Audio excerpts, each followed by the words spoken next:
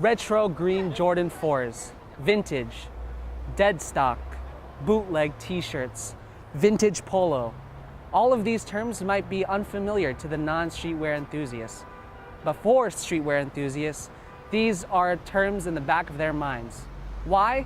Because it's it's $1 million industry where kids and young adults have found a way to penetrate the market simply by reselling t-shirts and reselling sneakers. So why do these teens and young adults spend so much time and so much money? Let's find out. Meet Shaka Lahardo. Growing up in Indonesia, he was first introduced to streetwear through his regular travels to Japan.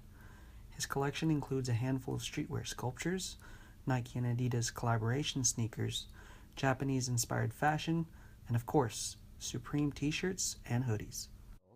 So when I was young, I used to travel to Japan often, and when I got to New York, that sort of heightened even more, especially when you walk through the Soho area, you see people wearing different types of clothing. More recently than ever, everyone has their own take on streetwear, so it's evolved so much from when I first started to now. I think there's three aspects to it. One is music, art, and fashion. However, for streetwear enthusiast Joe Tienzo, streetwear culture can be broken down into levels. There's a sports aspect, more urban skate scene fashion, and high-end streetwear fashion. Tienzo's collection is more sports-centric, whether it be collecting vintage soccer and basketball jerseys or retro Jordan sneakers. Tienzo's streetwear closet is a means of self-expression.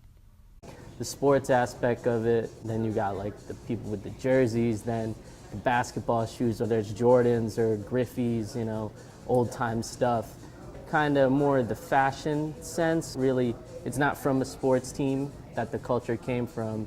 You're talking like, you know, that's the other brands like Stussy, the Hundreds, Undefeated. Those are like based on the culture that they grew up like in the city. And then you'll see there like they got hoodies, you know, caps, five panel snapbacks, you know, all kinds of various things.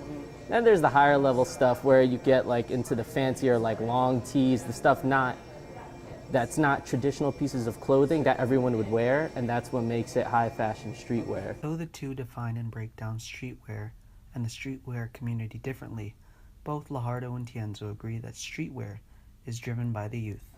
I think streetwear is driven by the youth and youth rebelling against like the older generation. And if you think of like LV and all those old like luxury brands, they're trying to capture like that new market, the young market. That's why they're sort of capitalizing on the whole streetwear. The kids, it's a side hustle. You know, if you don't have a job, you just need to be able to get like 3 pairs of shoes. And if it's a real hot shoe, you double the price. You get, you know, the money that you spent on the shoe and the same amount back in addition. So that allowed like young kids to have their own hustle, you know, aside from selling a lemonade stand or mowing the lawn, doing stuff like that. And also regarding like camping out and stuff, kids are the only ones that have time for that. They're the only ones that have time to be like, and that are willing to go out and wait outside a store overnight just to cop a t-shirt, a jacket, and they want to flip it online. So I think when it comes to the youth monetizing it, who else would have been doing all that reselling culture? Like, who else would have been the ones to fuel it? The youth, because they're the ones with the time to do it and the ones who need the hustle to make bank. So how much can a kid make from simply reselling the Supreme Box logo sweatshirt? According to Lahardo, this retails at about $160. At resale, it can go upwards of $500 to $1,000.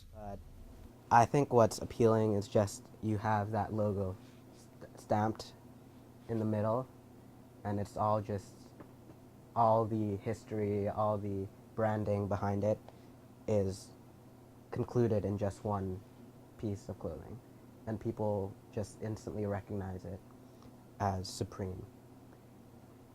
And I think because it's so clean and pure, that's what people love it. It's just that one logo.